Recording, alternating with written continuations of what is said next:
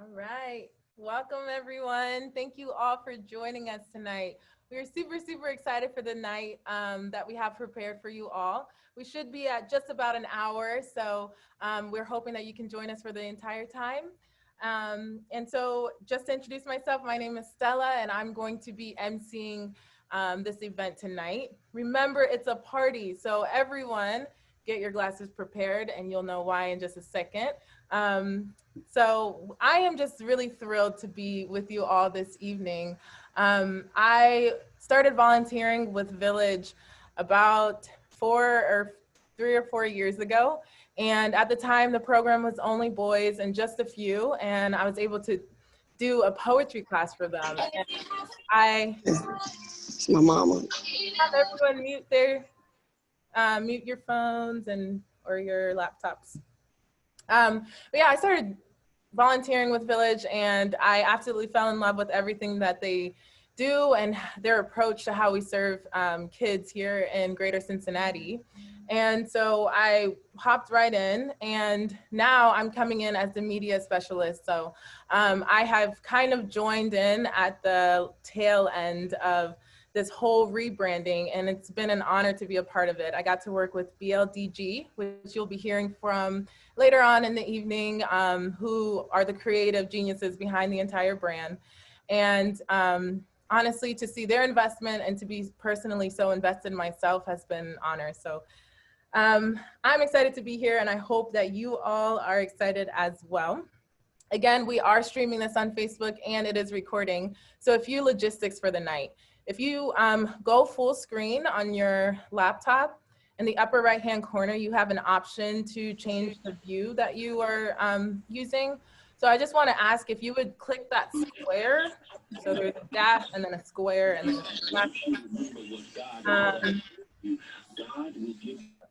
If you would click the one that's just a square, that way you'll only see the person who is speaking at the moment. So you can do that now, and that'll make it a little bit smoother for you to follow along throughout the evening. And I ask that you please stay muted. There will be a few opportunities to put comments in the chat box, but for the entire event, please keep your device on mute.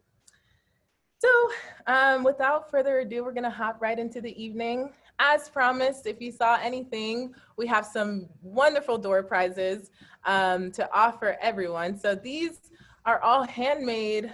We have 4 different door prizes, and they're all handmade pieces by Queen City Clay in Hyde Park. So they donated all of them, and we're super, super grateful. So thank you to Queen City Clay for donating these pieces. And the way this will work is I'm gonna have everyone pull up their chat box, so you can go ahead and do that now. I'm going to ask you a question, and whoever puts the correct answer to that question in the chat box first is the winner. So I'm gonna ask also that you put your email in the chat box if you do win, and we'll reach out to you to make sure you get your prize. I hope that makes sense to everyone. Pull up your chat boxes, and we're gonna get going with the first question. We have kind of a light one, and then they get more challenging, so brace yourself. All right, question number 1. On average, how long do you think teenage dating relationships last? Well, quick. You guys are really fast with it. Oh, goodness, I don't know if I can keep up. All right, no one's gotten it so far. Keep trying. 1 week. Have a little bit more hope for the teenagers. They can go longer than a week. 6 months, 3 months. No, I haven't seen it yet. Hopefully I didn't miss it. 1 year. Nope. I'm telling you guys, a little bit more hope. 2 years. Who got that? I see 2 years. Lindsay, you are our winner. It is 2 years. That surprised me too. I was not expecting that. So I probably would have been one of the low ballers as well. But that's correct. Lindsay, if you would go ahead and drop your email in the chat box, we'll make sure to reach out to you after the event. Unfortunately though, this couple definitely did not last that long. So we are proud of those who do last as long. Jim and Jennifer, what kids did you survey? I'll get back to you on that. Okay, so we're gonna move forward. First, we all know Katie. She is our CEO and founder of formerly Village, now Found Village, and we're just gonna welcome her here to tell us a little bit about why the rebrand and share the story of Village with us. So Katie, take it away. You can unmute yourself, Katie. That's like the phrase of 2020. Go ahead and unmute There yourself. we go. There she is. I am here. Hi guys, it is so good to be with you tonight.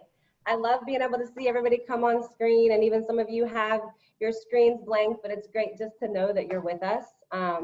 This is a crazy season. The fact that we are, able to still come together though in the midst of everything and share with you tonight, we're just really grateful for that, because I know so many of you are juggling life, work, kids, just everything that's coming with this season. So it really does mean a lot that you've made time to show up tonight. So we're grateful for that, and I just want to start from that place.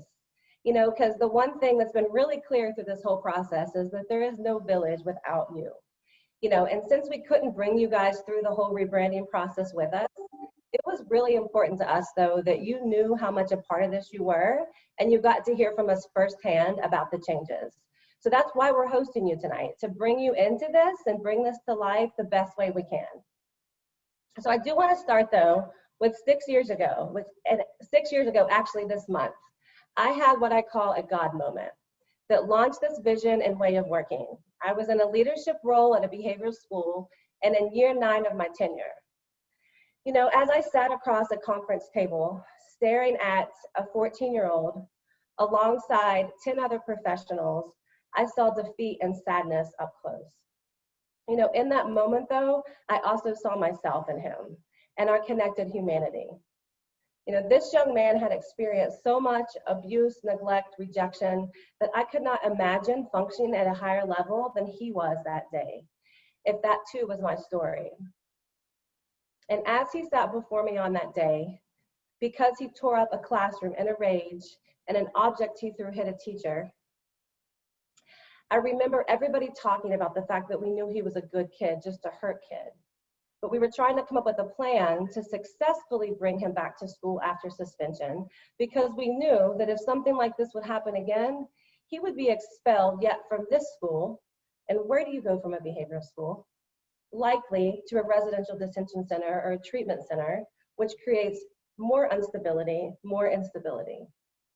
And so in that meeting that day, I looked at him a little harder. I drowned out the questions, the conversations happening all around me. And I remember asking him to look at me.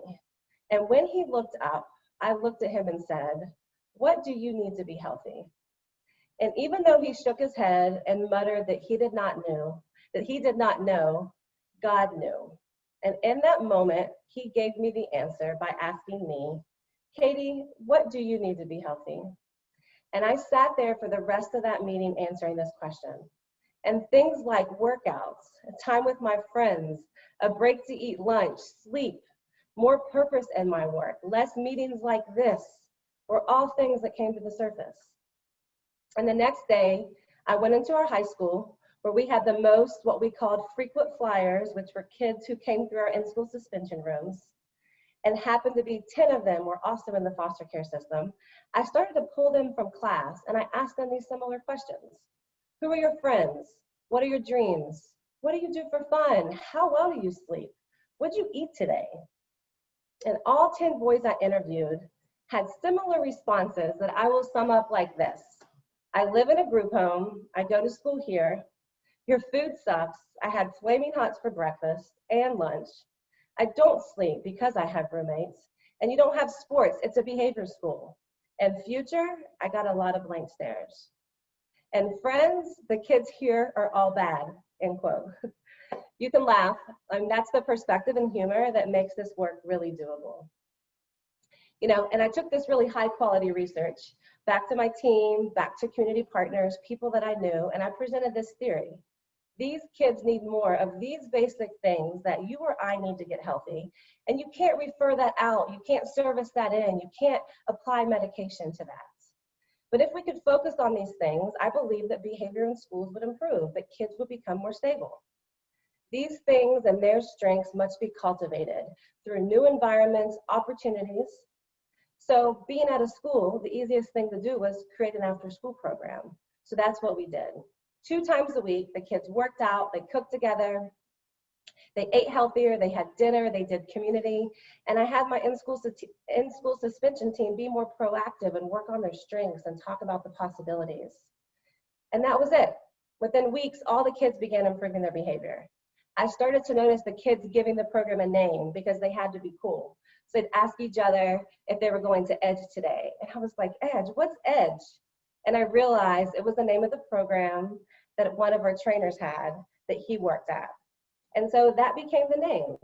But I also realized that it was more than just the program that these kids showed up for. It was really the people that were there that they knew that they were going to see each day. And so that's how Village was birthed. And we agreed that we would be the village with the edge. And a year from that meeting and a successful pilot program later, Village was founded. And at the end of this month, we will be celebrating our 5-year anniversary. I cannot believe it's been that long. You know, and what makes this celebration so special is that we have met you along the way. And we have been on this journey with 100 kids, including our original 7. And we have gotten a front row seat to the challenges that they face and seen what is possible when they have a community that sticks with them. We get to watch them graduate high school, have their first relationships, get their first car, apartment, open bank accounts, repair relationships with family, and build true friendship and connection with each other. We have gotten to be that steady foundation they can build upon. And that kid from the meeting, he is still with us. You probably saw him in our graduation video with a big smile. He completed his pre-apprenticeship and now is in an apprenticeship program training to be an electrician. He has his own apartment, is saving for a car, and he's not afraid to say he has a therapist, which I am so proud of. That has been a goal we have been working on. And he's a leader for our younger kids.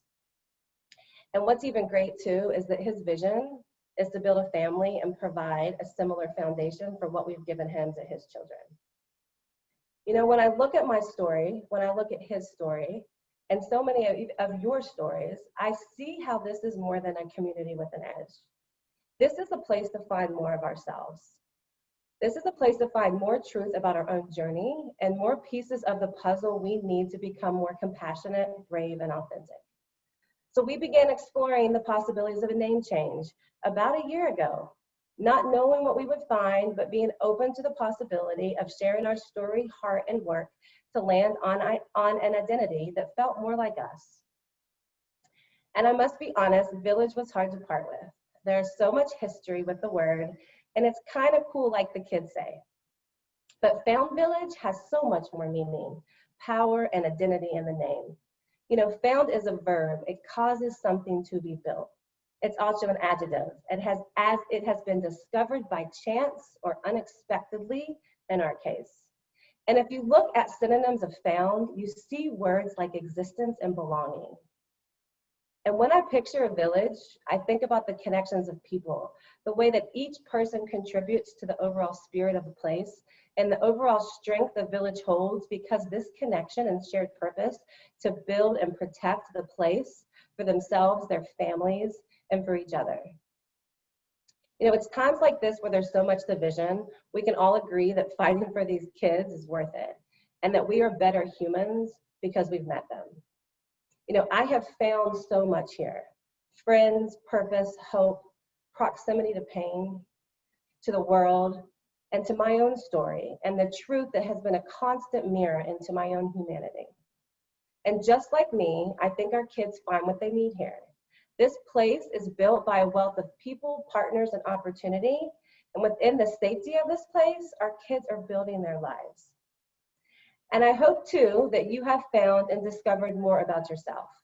Learn more about the power we hold as individuals to impact one another. And that it's not just about the kids' life changing. It's just as much about you being changed by their stories. You know, this work creates new lenses to look through, leading us to a more equitable world. And that's a community that I am proud to be part of.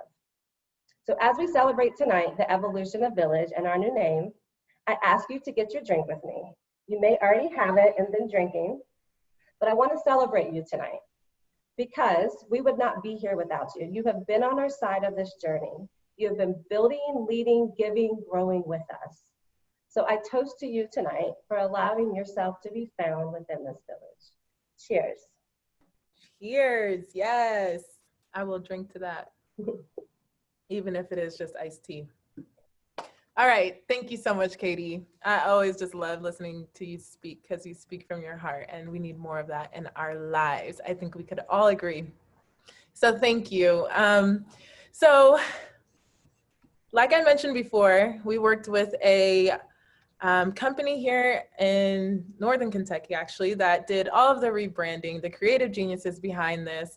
And it's been an honor to see how invested BLDG has been in this project.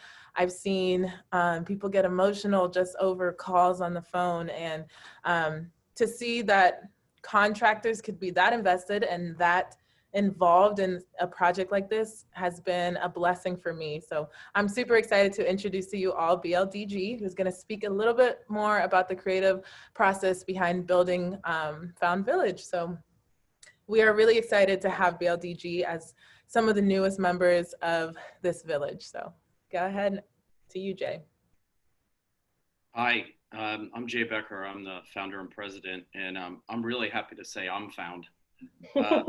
It was that moment when I met, and I will definitely tear up because Katie and Aloba and the Myers both have seen me do it. This was just an incredible project. I mean, I think it touched the heart and soul of everybody in our team. It brought stuff out and made me think about things I have never thought about. But at the end of the day, I mean, I think Katie summed it up. We live in a world right now that's full of conflict and full of crazy stuff, and Found Village just making the lives of one child easier. And I live in that world of you save one life, you save the world. And I think you guys will save the world over 1 million times. And couldn't be more proud and excited to work with you all. And before I get all excited or crazy, I'm gonna hand it off to Jason Snell, the creative director. And thank you all for letting us be part of it, everyone at Found Village. And thanks to all those who give their time and their money. Thank you. Thank you so much, Jay. Jay, our fearless leader there at BLDG. You know, I have to say, you know, Katie and Aloba walking through the doors there and giving us the story behind this, it was very emotional. And, you know, you try to be this creative batch and you're making stuff. And if you cannot get emotional about this, you know, we talked about this, you don't have a pulse. So all the great work that this team is doing really gets me inspired, and it makes me want to step up and fight for those and fight for you guys and continue to do such great work. So with that in mind, I want to introduce the creative team that really made Jay and I look great on this. Sydney, a designer who, you know, hours and hours just kept pushing. Beautiful work. She always, you know, asked a lot of questions. And Andrea, you know, she really brought through a lot of the strategy, you know, and fought for a lot of the stuff to come through. And her voice really shows here. And the passion that these two had on this, oh my gosh, inspired me. So with that in mind, I'll pitch it over to Andrea.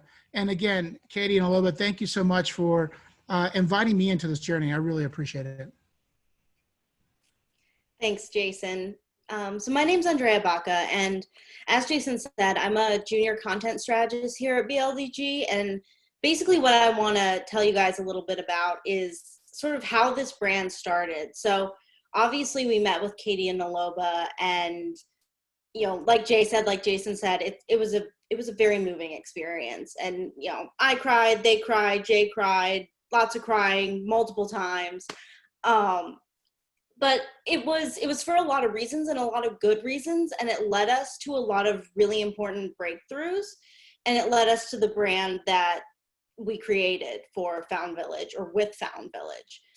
And I think what we were most moved by was their approach, because when Katie talks about interacting with these kids and just asking them what they need, that's such a simple thing, but it's such a powerful thing that we don't really see often in this industry specifically. We see a lot of programs and a lot of medication and a lot of Band-Aid fixes, but Katie and Aloba have really shown that they are very, very invested in these kids, and their whole team is very invested in this cause and very invested in showing that it's not some secret sauce of programming plus medication plus this plus that plus all these other things. It's really just a desire to build relationships with these kids.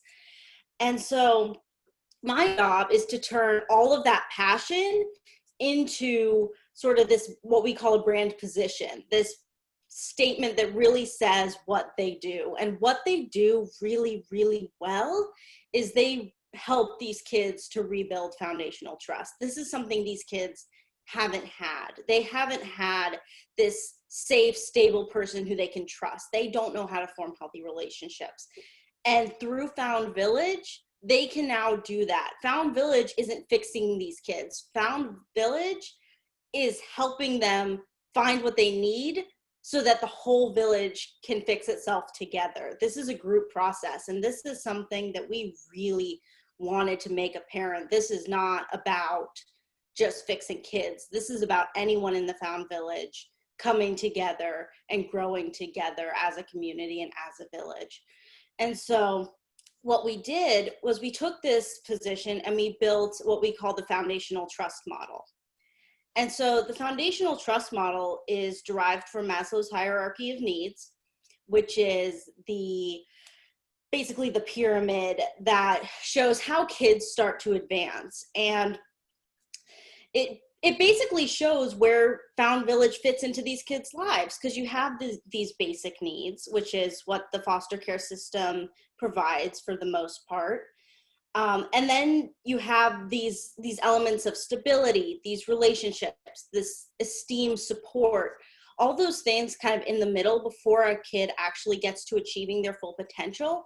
That's what Found Village is great at. That's what they really excel at. And so we developed this model so they can talk about that in a way that makes sense and in a way that really shows how much they care about these safety and mental and emotional needs of these kids.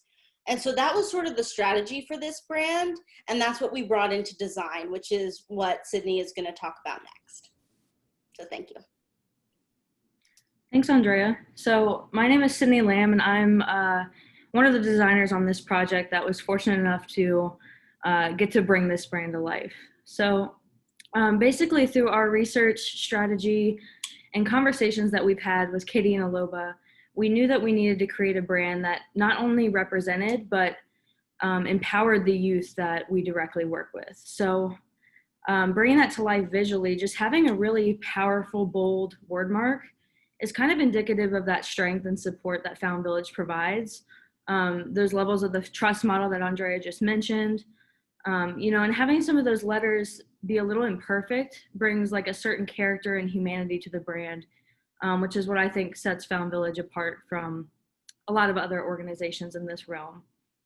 In the open door in the middle there, as you saw previously, it kind of just represents self-actualization, or that final level of the trust model, and really just reaching one's full potential.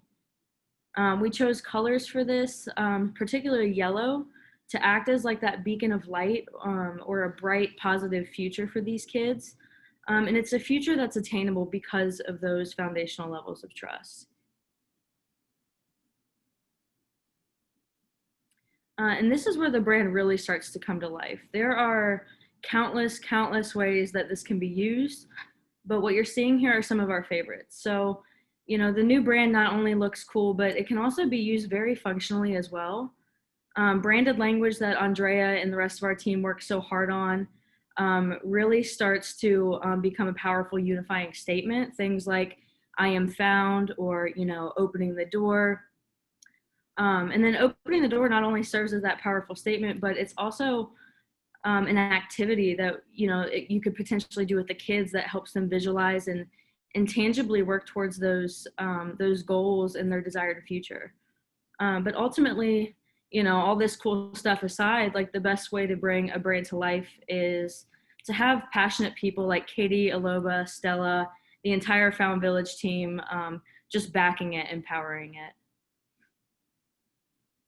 And so through this rebrand process, we've worked very, very closely with Katie and Aloba to get to the crux of what they do and why they do it, because that's what reveals the best story ultimately and leads to the best design. And the purpose really of a rebrand is to tell the right story in the best, most interesting way possible. And everybody at BLDG, and I'm sure everybody on the Found Village team can all agree that we all believe that this is that brand.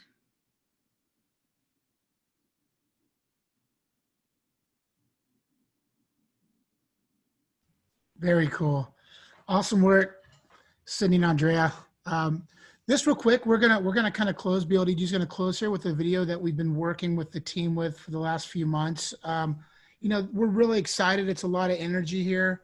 You know, and it just kind of, it gives a little, the tip and the thank you to Found Village, and to try to explain, to get there a little bit of the process. So we hope you enjoy, we hope you share, and thanks so much from BLDG, and we really appreciate your time.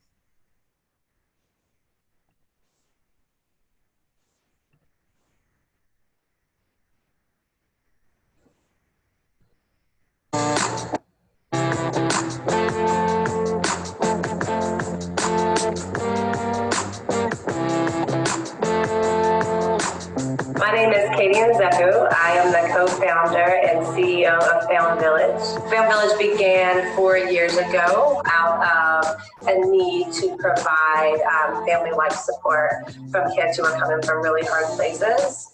My work has been in Cincinnati for the past 13 years, and I recognize a lot of gaps in the system. It began to create this community of support for kids who came from really hard places, predominantly the foster care system, and just recognizing that what they needed was more traditional family-like support versus multiple systems and services. My name is Aloba Nzeku. I am co-founder and CEO of Found Village.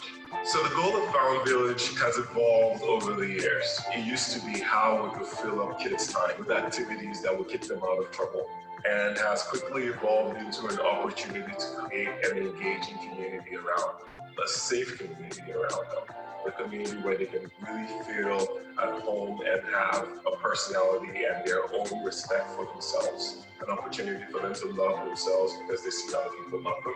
Another goal for Found Village is economic stability. The opportunity to be on that trajectory, to learn with information as you gain them. And most of the time, the underrated part of information gathering is that it's actually built with people that are around you. You get to know more because you connect with people who have varying skill sets and varying opportunities all around. And Found Village provides that group of found people who come around these kids around that common purpose. The third part is stability.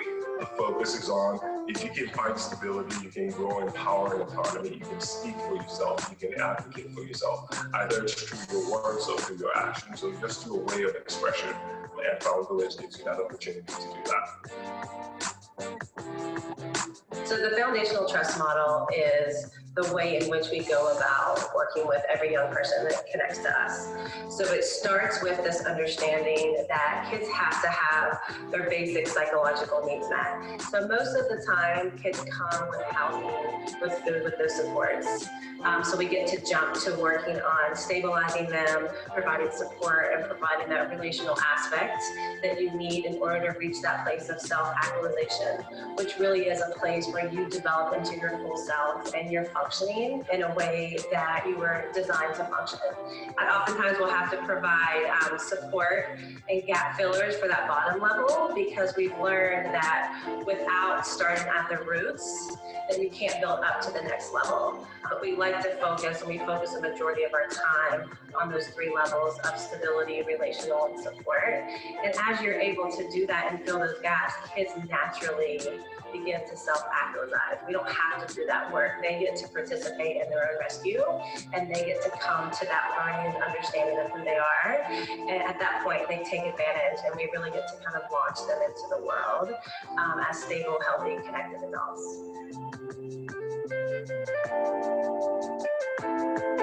My name is Steri. I'm the lead coach with Found Village.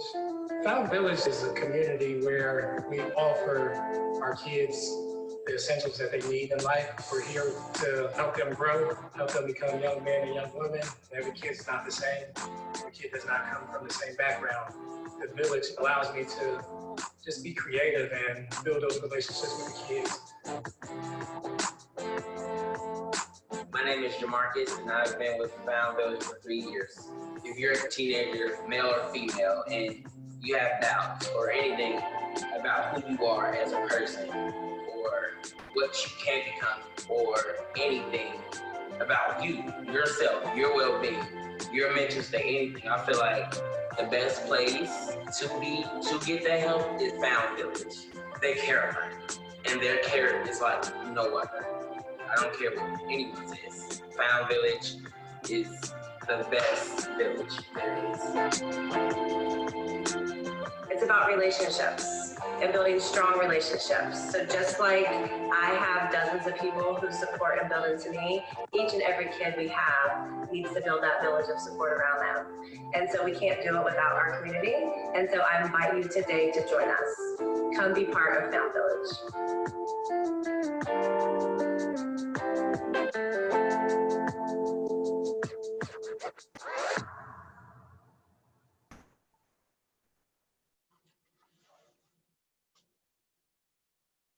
That's not a tearjerker. I don't know what is. Thank you so much, BLDG. I think that video says it all.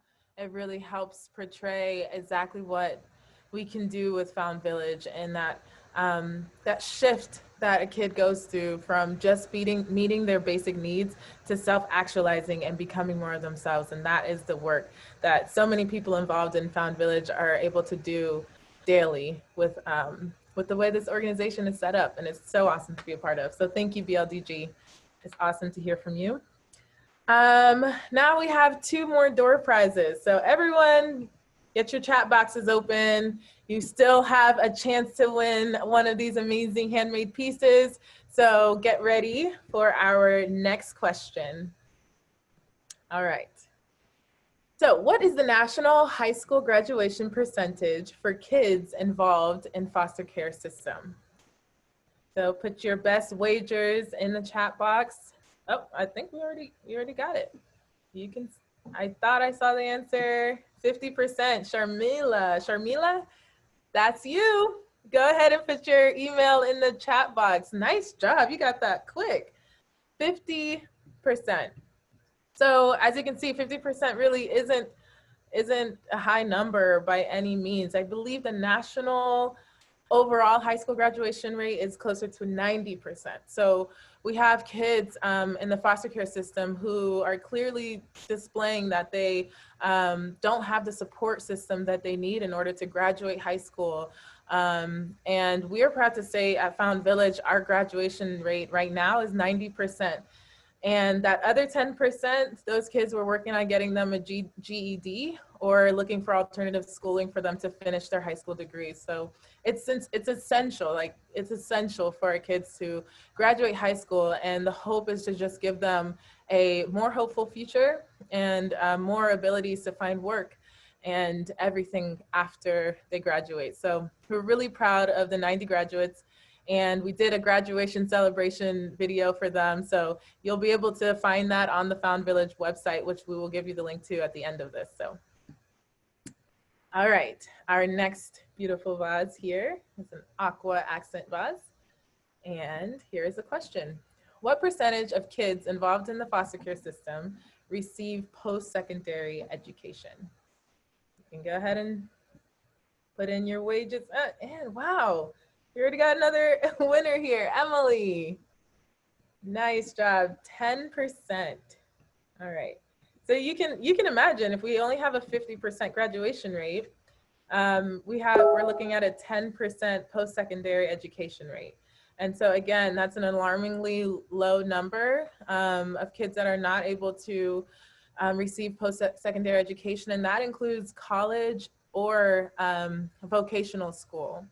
So again, we're super proud of our students. Out of our 2019 and 2020 graduates, all of them are enrolled in post-secondary programs. So we're not only getting the kids graduated, but setting them up to be able to find work and be self-sufficient on their own after they graduate. So we're really excited about that and super proud of what we're able to do with our students. So, All right, we are going to now introduce Aloba Nzeku, our COO and co-founder of Village, and he's going to speak a little bit about his experience with Village and just what it means to him to fight for and advocate for these kids. So Aloba, you can go ahead and unmute yourself, and the floor is yours.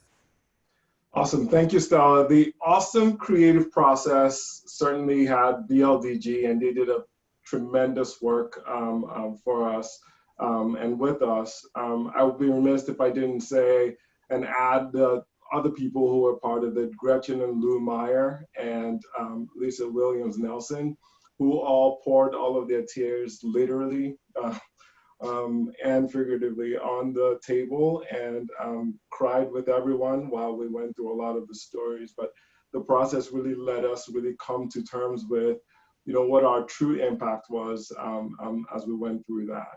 The creative process was filled with a lot of laughter, a lot of joy of community, with people coming in with a singular focus.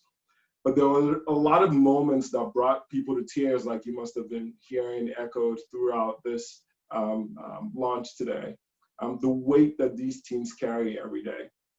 I've spent some time really learning more around some of this weight, just based on my experience and actually having to come from outside and really positioning myself to really relate to what the experiences are. And even in attempting to help our teams actually lift these, I have to say, like, it is really, really heavy. It is really heavy. Every year, ads for Ancestry.com and 23andMe increase significantly because in America, there's this huge fascination with questions like, where do I come from and how does this show up in my life? For me, this fascination was relatively short-lived, as you might imagine. It lacked exciting discoveries. I waited for my sister to actually pay for the test because I didn't want to. Because I thought it was going to be a waste of time. And I was right. I was right in that approach because my sister learned that we were 97% Igbo, which means we're very, very Nigerian. There's no surprises at all there. I used the opportunity, though, to learn about my family line, about who we are. I learned about myself a lot and the origin of my name, because I have a lot of them. I could say that I finished that experience and I'm still learning, but I was prouder than I'd ever been. If you want to get to know me, we can schedule coffee and we can go have some coffee and I can tell you more about myself. I have a lot of awesome stories, including how I ended up in Huntington, West Virginia, because I thought it was part of Virginia. One big lesson that I took away from the learning about my family and my history was the importance of moments and how simple moments are separated by a very thin line. I learned about how just by being in the right place, a man that my dad never knew in college, but who just happened to go to the same college as him, changed the whole trajectory of my life and my family. He wasn't even Nigerian, but the experience occurred in Nigeria. And while that man will never know the extent of his true impact, I can share he impacted my dad, my siblings, and all the Nzeku grandkids. As my siblings and I walk around today, we thrive knowing that we stand on my dad's very, very broad shoulders. But my dad's shoulders were broadened by someone else. In our lives, we meet so many people who have helped shape us and helped broaden our shoulders so that we may continue to elevate our families and those who are privileged to receive blessings from us in our time. I want you to know that what you're doing for these kids that we serve, the way you're supporting Village, is broadening their shoulders in this particular moment so that generations after them might stand on them. I'll be remiss if I didn't speak about the ever-changing America that we live in. Increasingly, it seems it is more important that my right way is everyone else's. While individually we struggle with explaining and navigating this consciousness, I can't imagine how voiceless our kids are. I can't imagine how they must feel, how disempowering this must be at this time. Even more now than ever, the found in Found Village means so much more. It means we see you. It means we know you. It means we know you're there. It means you're not alone. I can't tell you how impactful those sentiments mean to the kids that we serve, in actions, in words, in prayers, and in thoughts. Thank you again for being part of this village and creating a space on your collective shoulders for these kids to stand on. I'll hand it over to two people who continue to play a huge role in our village in broadening the shoulders of our kids. Thank you.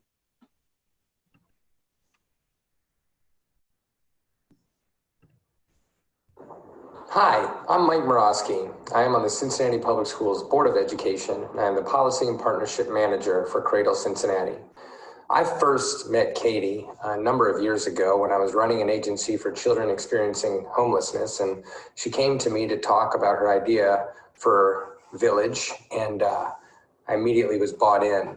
As somebody who works in large bureaucratic systems to try to do good things for kids, I realized that not only did Katie understand those systems, but she also had an intimate knowledge of where the gaps were. And what's more, she also had suggestions for filling those gaps to do good for kids and families.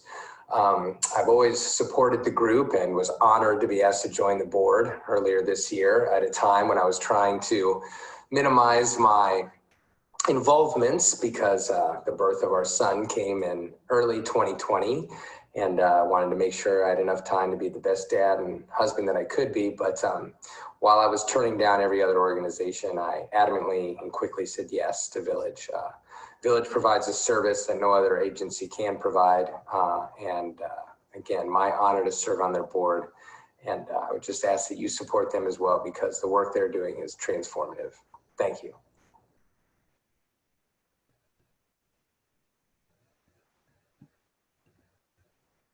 Hey, my name is Joshua Ridgway. I am a longtime volunteer and supporter of Found Village, and excited to say soon to be a staff member with Found Village.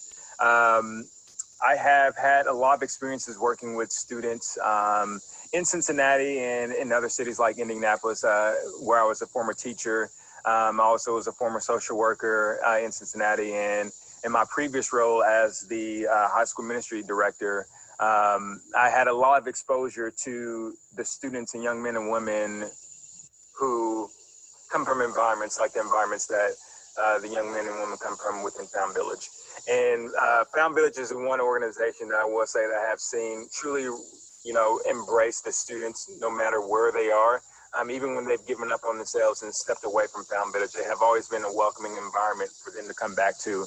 And that's not only why I have been encouraged by the work that they are doing, but my family has been encouraged, and so much so that my family has become involved over the last couple of years within Found Village, and it's just really cool to see how that village aspect really is true within this organization. I have two kids, and they are very much engaged with the things that we do with some of the boys, and I love that they have an example of other people, other young men and other young women who have some hardships, and I love that they have an example to look up to. And so that's why I'm excited to be able to invite you into this work, and glad that you are going to be able to be a part of this as well. Thanks. Thank you, Aloba. Thank you to Mike and Josh who sent in those videos, and we could say it 1,000 times. It really does take a village, and we wanted to hear the voices of some people who are major parts of this village who are contributing, and it's awesome to hear their perspectives on how the work of Found Village has impacted their lives. So we have our last door prize of the night, door prize number 4, another beautiful Potter by Queen City Clay. So this is the hardest question. Hopefully you guys don't go too fast, because I just realized I did choose the incorrect winner in that last question, but the correct winner already won a prize. So we're gonna stick with Emily for this one, but I do see you, Lindsay. Good job. on getting 2 questions correct. You are awesome. But all right, so we're gonna go ahead and ask this last question. So how much do kids aging out of Hamilton County child welfare system cost local residents and taxes annually? Anybody know? 50,000, 9,000, way more than that. Okay, so we're talking supporting kids with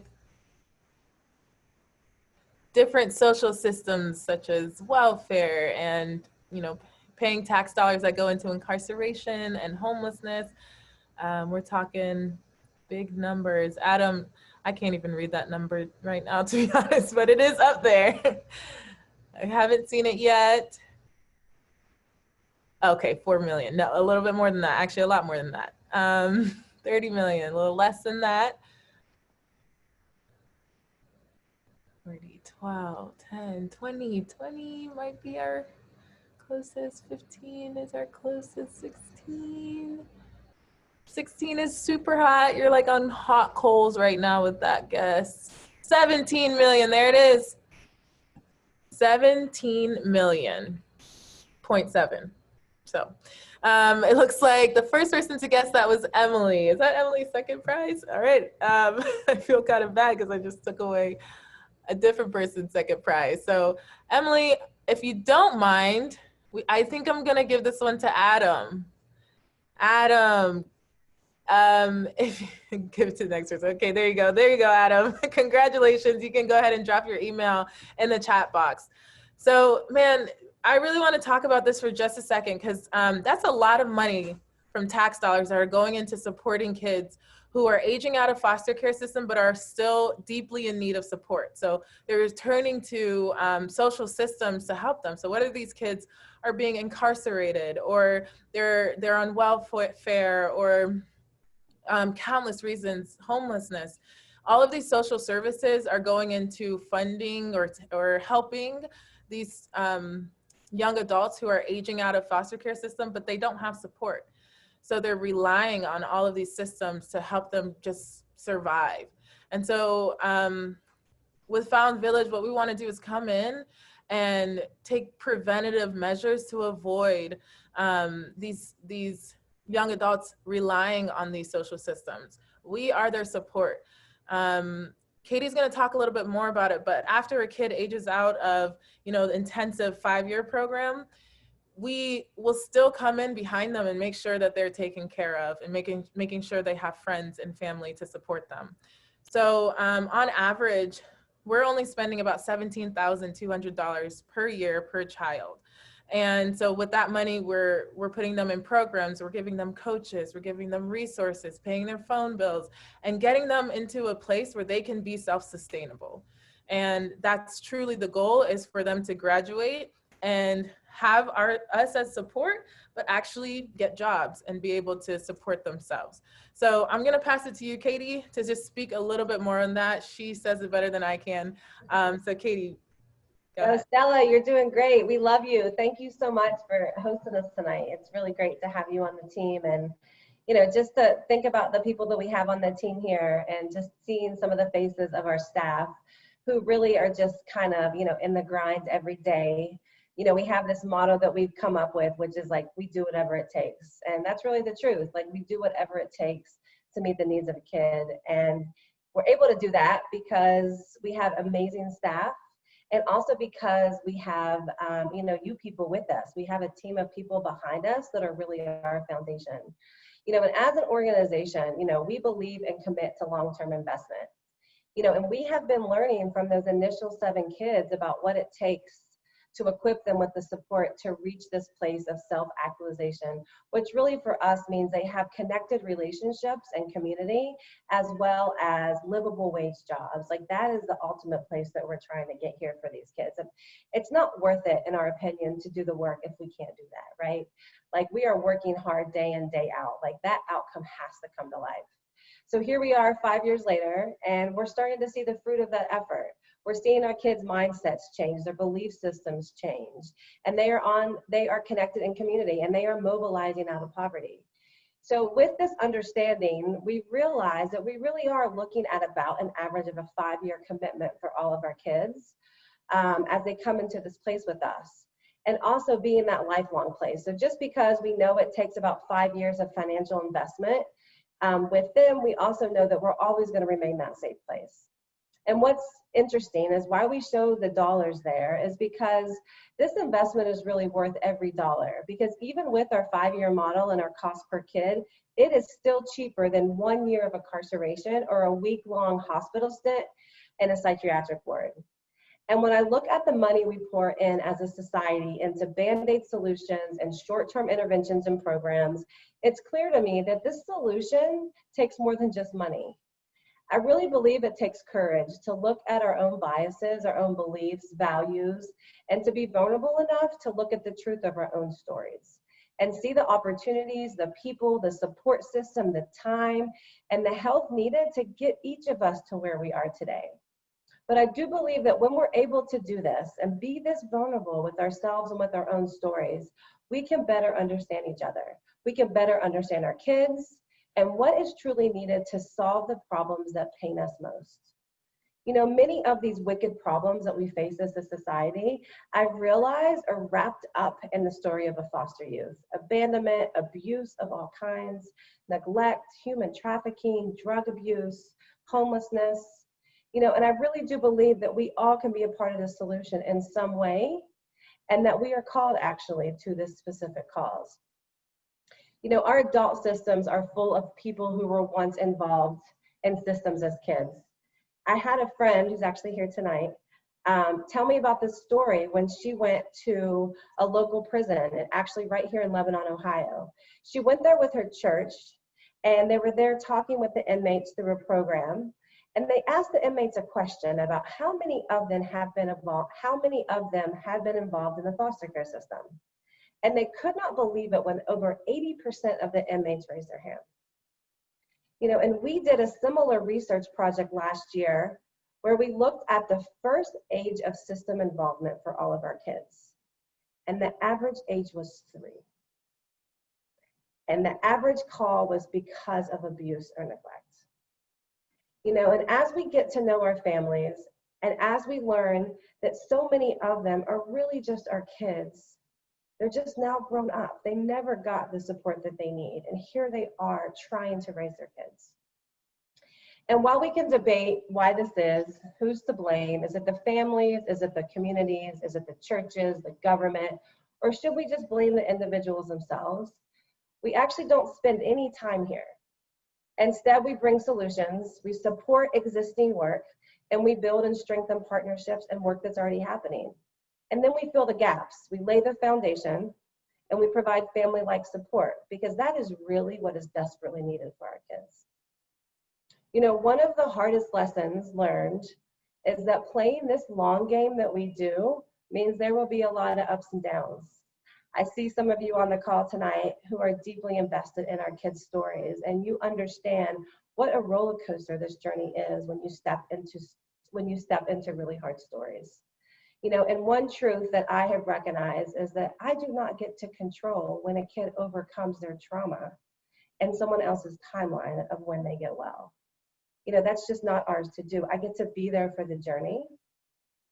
And the other thing that I've realized as I look at all the kids' stories, you know, several that we've had, you know, new and some we've had for 5 years, I think about there's these amazing points where we could write this great story and tell you about all their successes and everything we've overcome and how great we are as an organization because they left the behavioral school or they stopped hospitalizations or whatever it may be. But we choose to not do that. You know, we recognize that this is a journey and we celebrate those accomplishments, but we stay as that foundation ready and braced for that next challenge because we know it's going to come. You know, and this idea too, that people are broken and just need services or a program to fix them, we believe is false. And as an organization, we are actually coming up against that. Because I think it just speaks to our quick fix American culture. The desire to avoid the uncomfortable, the process. I know I am just as guilty as the rest of us for this. You know, because the truth is that people are hurt and people need healing. And we know in our own lives that healing takes time. It takes work, community, courage, vulnerability, humility, and a lot of support through that process. You know, while many of us do not understand the level of trauma and pain that our kids have experienced, I do believe we all can relate around how hard it is to heal, to change and stay committed to the process. I know this is true for me. I believe it's true for you. And think about us with pretty solid footing. Why would we expect or offer anything less than this long-term support for kids who have endured the worst circumstances? And why would we expect them to make any change quicker than me and you make in our own lives? So I just want you to know tonight that this is the support that you provide. This is the kind of grace we give our kids. And we continue to let that truth transcend and stay committed to the process. And what happens is we do disrupt and weaken the cycles. And we get to stop generational poverty. We get to do this work. We get to support all our kids and families, along with those initial 7 and 25 others who are unfunded and are being fully carried by this community. So whether you're a partner, a volunteer, a donor, or a village gym, which is a giver who gives every month, we could not have this mission or do this work without you. So as we continue to navigate this COVID world, your support, as cliche as it is needed more than ever. We've had to expand our support, we've had to fill more gaps, and we've had to create new programs to meet the needs. So if you're interested in becoming more involved, there's several ways to do that. If you're ready to dive in deeper with us, we invite you to sign up for our upcoming info session to learn more about this community and volunteer opportunities. You will see a link to this in the chat bar. And if you're inspired tonight and want to support this cause or increase your support, I invite you to become a monthly gem. By making a monthly commitment, it allows us to make decisions knowing we have the resources available to meet the needs. So you can head over to our website on our donation page to learn more about the sponsorship program and join others who are fueling this place. So that link is in your chat bar. But also, if you just want to talk more about the impact, you can also just reach out to us and contact us at the email in your chat bar. But above all else, I saw the list of who's here tonight and the people that are here, and it is people who are in. So I want to thank you. I want to thank you for being here and for making this work possible. And I want you to know that that God moment I had and that story, along with every other story, is being built because people like you have said yes. You have chose to step into these hard stories, and you have given your shoulders to stand upon. Thank you. All right, Stella, that's enough of me. I am back to you. All right.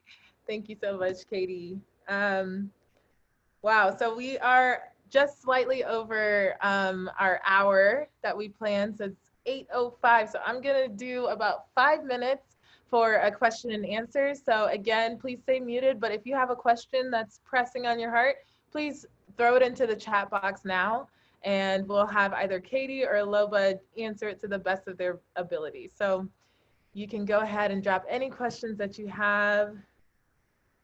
No.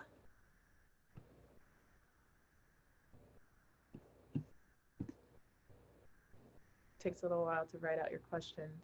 And if you don't have any questions, we can end. I'm gonna give it about a minute or so.